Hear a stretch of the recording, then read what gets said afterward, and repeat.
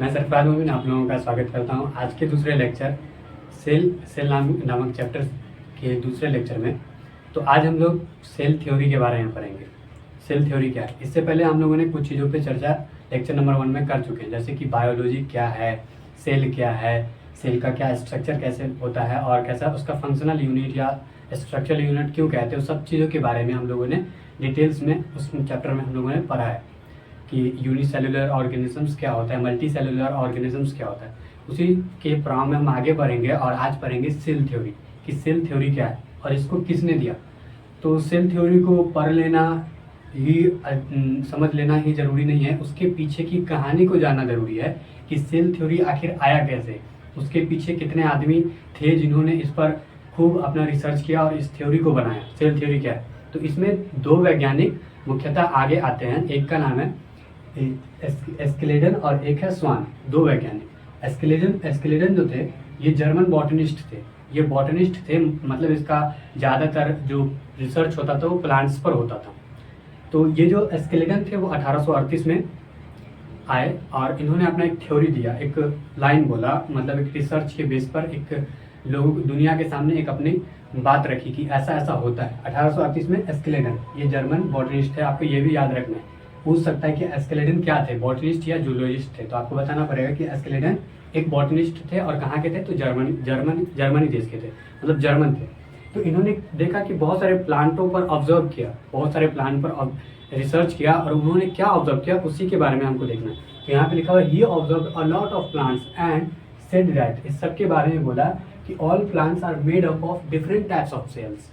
अब यहाँ पे एक सवाल आता है अपने माइंड में कि हम लोगों ने कल पढ़ा कि सेल, जो एक सेल होते हैं उसको यूनिसेलुलर ऑर्गेनिजम्स कह देते हैं, जिसमें बहुत सारे सेल होते हैं उसको मल्टी सेलुलर ऑर्गेनिजम्स कह देते हैं।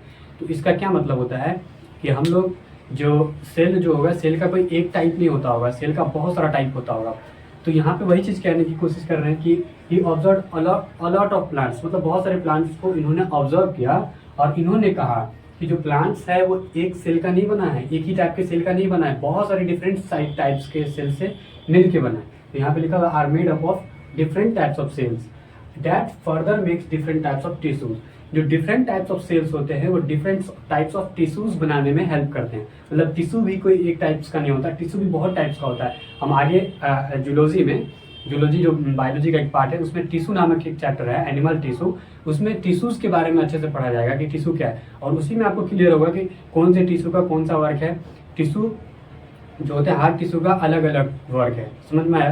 तो इसका मतलब ये होता है कि जो टिश्यूज है उसका अलग वर्क है, तो अलग वर्क के लिए जो मेन टिश्यू है उसको बनने के लिए अलग सेल्स की आवश्यकता पड़ती होगी, क्योंकि एक ही सेल से बन के जो टिश्यू बनता होगा उसका तो अलग वर्क होता होगा, दूसरे सेल से मिलके जो टिश्यू बनता होगा दूसरे टाइप का सेल टिश्यू होता होगा और उससे उसका अलग वर्क होता होगा। तो उसी तरह से प्लांट्स जो होते हैं, प्लांट्स को एक सेल से मिलके नहीं बनता, वो डिफरेंट टाइप्स ऑफ सेल से मिलके बनता है और वो जो मतलब दोबारा वही सेल से मिलकर डिफरेंट टाइप्स ऑफ टिश्यूज बनाते हैं।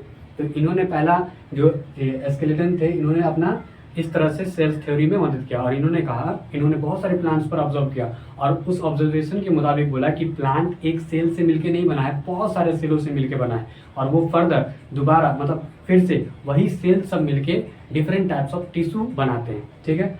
और इसी के एक साल बाद एक जूलॉजिस्ट आते हैं जिसका नाम है स्वान और ये कहाँ के रहने वाले हैं, ब्रिटिश के।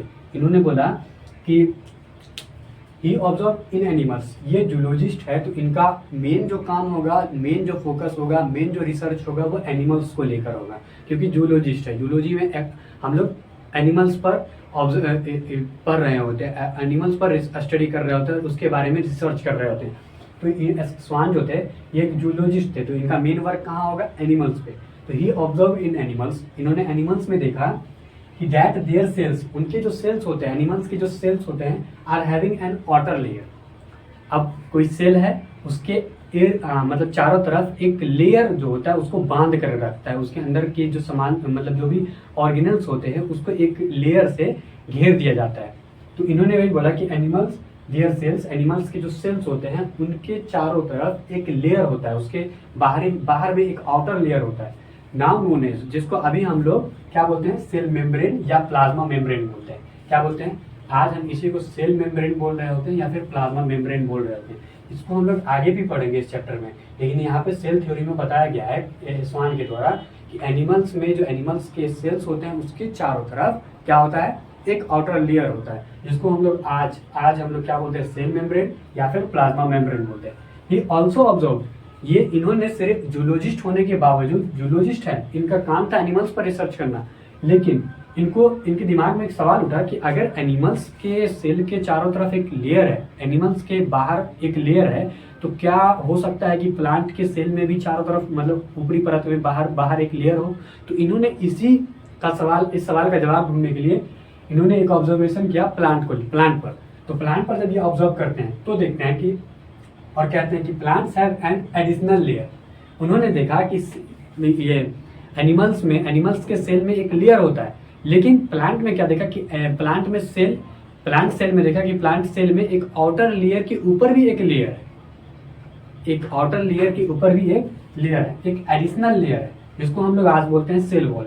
इसी का क्या नाम है, सेल वॉल। इसके बारे में भी आगे पढ़ा जाएगा, लेकिन स्वान ने बताया है तो हमको यहाँ पे देखना पड़ेगा कि सेल वॉल क्या है। सेल वॉल क्या होता है, जिसको हम लोग कहते हैं कि ये सेल वॉल जो होगा हमेशा सेल मेम्ब्रेन के ऊपर एक परत होगा, ऊपर में भी एक परत होगा।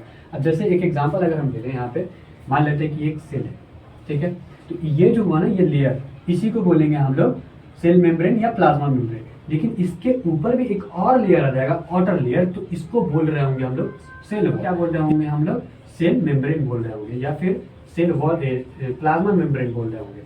लेकिन इसके बाहर जो एक परत है, बाहर जो एक लेयर है, उसको बोलते हैं हम लोग सेल वॉल बोलते हैं। दीवार टाइप का होता है सेल वॉल, जो अंदर वाले चीजों का एक तरह से रक्षा कर रहा होता है, प्रोटेक्शन कर रहा होता है, सेल वॉल, ठीक है। ये अब स्वान जो थे एक हाइपोथेसिस देते हैं, एक काल्पनिक प्रतिक्रिया देते हैं, एक हाइपोथेसिस देते हैं। जैसे हाइपोथेसिस क्या होता है कि उनको बिना एक्सपेरिमेंट किए सीधा थ्योरी बता देना, और जिस पर एक्सपेरिमेंट करना मुमकिन नहीं था शायद उस समय, इसीलिए उन्होंने अपना हाइपोथेसिस दिया। कोई भी चीज़ को लेके जो हाइपोथेसिस कोई साइंटिस्ट देते हैं तो उनका हाइपोथेसिस बस थ्योरी होता है, एक लाइन दे दिया और उन पर कोई एक्सपेरिमेंटल डेटा नहीं दिया है। उन्होंने सिर्फ कोई प्रैक्टिकल नहीं किया, सिर्फ अपना रिसर्च के बेस पर उनको लगा कि ऐसा हो सकता है, तो उन्होंने दुनिया को बताना चालू कर दिया कि ऐसा है ऐसा है ऐसा है।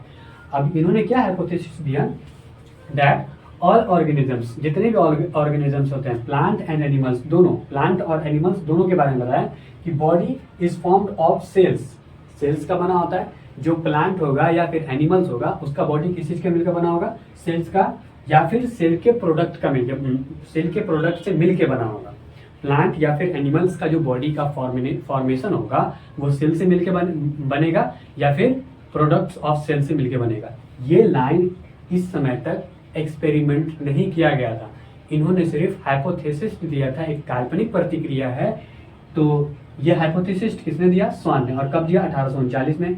ये इन दोनों ने, स्वान और स्केलेटन दोनों ने मिलकर सेल थ्योरी दिया है। अभी हम लोग सेल थ्योरी पर बिल्कुल नहीं आए, सेल थ्योरी की कहानी को देखें। थ्योरी को जो दो वैज्ञानिक ने मिलकर दिया था, पहले उन दोनों का स्टेटमेंट अलग अलग सालों में आया, तो तब तक तो सेल थ्योरी नहीं था, दोनों का अपना अपना विचार था, दुनिया के सामने उन्होंने रखा।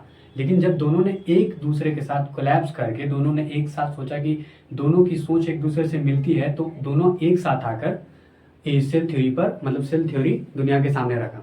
तो यहाँ पे लिखा together formulated by Schleiden and Schwann, मतलब दोनों एक दूसरे के साथ काम करने के बाद सेल थ्योरी देते हैं। तो इन्होंने पहला क्या स्टेटमेंट दिया कि all animals and plants are made up of cells and products of cells. तो ये तो पहला हाइपोथेसिस था किसका, स्वान का। स्वान ने 1839 में यही हाइपोथेसिस दिया था कि जो भी एनिमल्स और प्लांट्स का बॉडी का फॉर्मेशन होता है वो सेल्स और सेल्स के प्रोडक्ट्स के मिलने से बनता है। तो जब स्वान ने हाइपोथेसिस दिया था दुनिया के सामने, तो इस पर स्केलेटन को लगा कि हाँ इस पर कुछ तो हो सकता है। स्केलेटन ने और स्वान ने मिलके इस थ्योरेटिकल चीज़ को प्रैक्टिकली भी चेक किया, तो देखा कि हाँ ये जो बात कहा गया बिल्कुल सत्य है। तब जाके इन्होंने दुनिया के सामने ये वाला लाइन दिया कि जितने भी एनिमल्स और प्लांट्स के बॉडी बनते हैं, फॉर्मेशंस होती है, वो सेल्स और सेल्स के प्रोडक्ट्स के मिलने से बनता है। लेकिन यहाँ पर एक सवाल दुनिया के लोगों के सामने रह गया था कि आखिर जो सेल्स होता है, जो यूनिट ऑफ लाइफ है, जो structural and functional unit of life है, जो सबसे छोटा पार्ट है, वो आखिर कैसे बनता है। मतलब कोई भी चीज़ है तो ऐसा तो नहीं कि आया और टपक गया और वहाँ से बनना चालू हो गया, नहीं, वो भी बनता होगा। तो उसके पीछे का क्या लॉजिक है और ये कहाँ से आता है, ये सवाल का जवाब एस्केलेडन और स्वान दोनों में से कोई देने में समर्थ नहीं थे। तब आते हैं रुडोल्फ विर्को। कब आते हैं? बहुत दिनों के बाद आते हैं 1885 में। सो रुडोल्फ विर्को 1885 में इसी सेल थ्योरी के पिक्चर में आते हैं। मतलब जैसे पिक्चर चल रहा है और इसमें अचानक से आ जाते हैं कि हाँ ये सवाल है, इस सवाल का अब जवाब देना है हमको। तो रुडोल्फ विर्को आते हैं और ये कहते हैं कि जितने एक लाइन बोलते हैं और एक अजीब सा लाइन है, ओमनिस सेलुला ई सेलुला। अपने ही भाषा में बोल देते हैं ये कि ओमनिस सेलुला ई सेलुला। इसका कोई मतलब अब हम लोग समझ ही नहीं पाएंगे कि ओमनिस सेलुला ई सेलुला क्या बोल रहा है। तो यहाँ पे इसका क्या मतलब होता है कि new sales arise from pre existing cells. New sales arise from pre existing cells. मतलब पढ़ रहे थे तो देख रहे थे कि एस्केलेडन है वो बॉटनिस्ट है, और बॉटनिस्ट है तो उनका काम क्या था? प्लांट पर रिसर्च करना। प्लांट में भी बहुत सारे प्लांट्स होते हैं, उस पर रिसर्च करना। और जो स्वान थे वो थे क्या? जूलॉजिस्ट। तो उनका क्या काम था? एनिमल पर रिसर्च करना। एनिमल के सारे सेल की सारी प्रॉपर्टीज़ बताना, फंक्शंस बताना, उसका स्ट्रक्चर बताना, उस पर ये करके मतलब रिसर्च करने के बाद। और रुडोल्फ विर्को पता नहीं वो क्या थे, लेकिन उन्होंने भी आकर सेल थ्योरी पर सेल लीनियस थ्योरी दिया, जो आगे बढ़ा सेल थ्योरी के बारे में सवाल का जवाब दिया। तो एक सवाल माइंड में आता है कि आखिर ये जो सेल थ्योरी मतलब जो भी रिसर्च करते हैं वैज्ञानिक, तो उनको सेल कहाँ से मिलता है और वो सेल कहाँ से लेते हैं? जैसे कि एनिमल के बारे में रिसर्च करना, तो दुनिया में तो एक ही एनिमल नहीं है, बहुत सारे एनिमल्स हैं, तो लाखों एनिमल्स हैं, तो सब के बारे में बारी बारी जाकर वो रिसर्च किया होगा। तो ये भी कहना गलत हो जाएगा। एनिमल में जो एनिमल सेल्स के बारे में अगर कुछ जानना है तो कुछ स्पेसिफिक एनिमल के कुछ पार्ट के सेल को निकाल कर हम अगर रिसर्च करें तो सारे एनिमल्स के लिए क्या हो जाता है? एप्लीकेबल हो जाता है। ठीक है, इसी तरह से प्लांट में भी कोई एक प्लांट होगा जिसका कोई एक पार्ट होगा, उस सेल के बारे में अगर हम रिसर्च करें, स्टडी करें, तो वो सारे प्लांट के लिए क्या हो जाएगा? एप्लीकेबल हो जाएगा। अब प्लांट सेल्स में जैसे कि अभी इसी सब चीज़ जैसे कि रिसर्च करने के लिए जो सेल चाहिए और कहाँ से चाहिए, जो सोर्स चाहिए, उस सेल को बोलते हैं हम लोग मॉडल सेल कहते हैं। तो ये मॉडल सेल्स में कुछ मॉडल सेल्स है जिसका नाम याद रखना जरूरी है और उसका सोर्स याद रखना जरूरी है। जैसे कि मॉडल सेल्स में अगर हम पहले एनिमल सेल की बात करें कि एनिमल सेल्स का फंक्शंस कहाँ से बताया गया होगा, कहाँ से लिया गया होगा एनिमल सेल, तो एनिमल सेल में जो है ना, एनिमल सेल्स के बारे में अगर हमको रिसर्च करना है, उसके बारे में हमको पढ़ना है, उसके बारे में स्टडी करना है, तो हम क्या करेंगे? ह्यूमन का चीक सेल लेंगे, वो सबसे आसान होता है वहाँ से निकालना। ह्यूमन के गाल से सेल निकालो और उस सेल के बारे में सारा इन्फॉर्मेशन निकालो, और वो सेल का जो भी इन्फॉर्मेशन होगा वो सारे एनिमल के लिए एप्लीकेबल होगा, वो सारे एनिमल में वैसा फंक्शन पाया जाता होगा एनिमल सेल के लिए। तो ह्यूमन में क्या होता है? Human cheek cell model cell की तरह काम करता है। मॉडल सेल्स का मतलब कि कहीं पर अगर हमको स्टडी करना है या फिर रिसर्च करना है तो हम लोग ह्यूमन का चेक सेल निकालेंगे और उस पर रिसर्च करेंगे आराम से। दूसरा, अगर प्लांट्स के बारे में, जैसे बॉटनी में अगर कोई प्लांट सेल्स के बारे में जानना चाहता है तो क्या करेगा?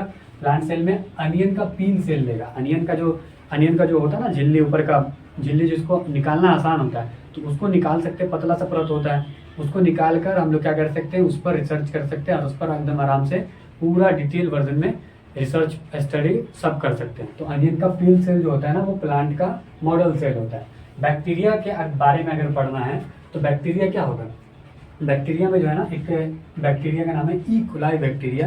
तो ई कोलाई बैक्टीरिया जो है ना, आप जानते हैं हम लोग कि ई कोलाई बैक्टीरिया है, तो इसमें कोई उसका पार्ट तो होता ही नहीं होगा, क्योंकि ई कोलाई के बारे में हम लोग कल पढ़े थे कि ई कोलाई बैक्टीरिया जो है वो एक यूनिसेलुलर ऑर्गेनिजम्स है। मतलब ये एक सेल से मिलकर बना। तो एक बैक्टीरिया उठाओ ई कोलाई नाम का और उसके बारे में सारे रिसर्च कर डालो, तो ई कोलाई जो होगा ना बैक्टीरिया, वो मॉडल सेल की तरह काम करेगा बैक्टीरिया के लिए। अब फंगी, तो फंगी के बारे में हम पढ़ चुके हैं। मेजर फंगी जो होता है ना वो मल्टी सेलुलर होता है, लेकिन कुछ फंगी ऐसे हैं दुनिया में जो यूनिसेलुलर है। तो उसी के बारे में अगर हम बात करें तो अगर फंगी के स्ट्रक्चरल और फंक्शनल प्रॉपर्टीज़ को पढ़ना है, उस पर रिसर्च करना है अच्छे से, तो हम क्या करेंगे? फंगी में यीस्ट नामक एक फंगी है जो यूनिसेलुलर फंगी है, उसको उठाएंगे और उसके बारे में पूरा पढ़ेंगे। तो फंगी का अगर मॉडल सेल के बारे में बात करें तो फंगी का मॉडल सेल कौन होगा? यीस्ट होगा। बैक्टीरिया का मॉडल सेल कौन होगा? ई कोलाई नामक बैक्टीरिया होगा। प्लांट्स का मॉडल सेल कौन होगा? तो अनियन का पील सेल होगा। एनिमल का मॉडल सेल कौन होगा? तो ह्यूमन का चीक सेल होगा।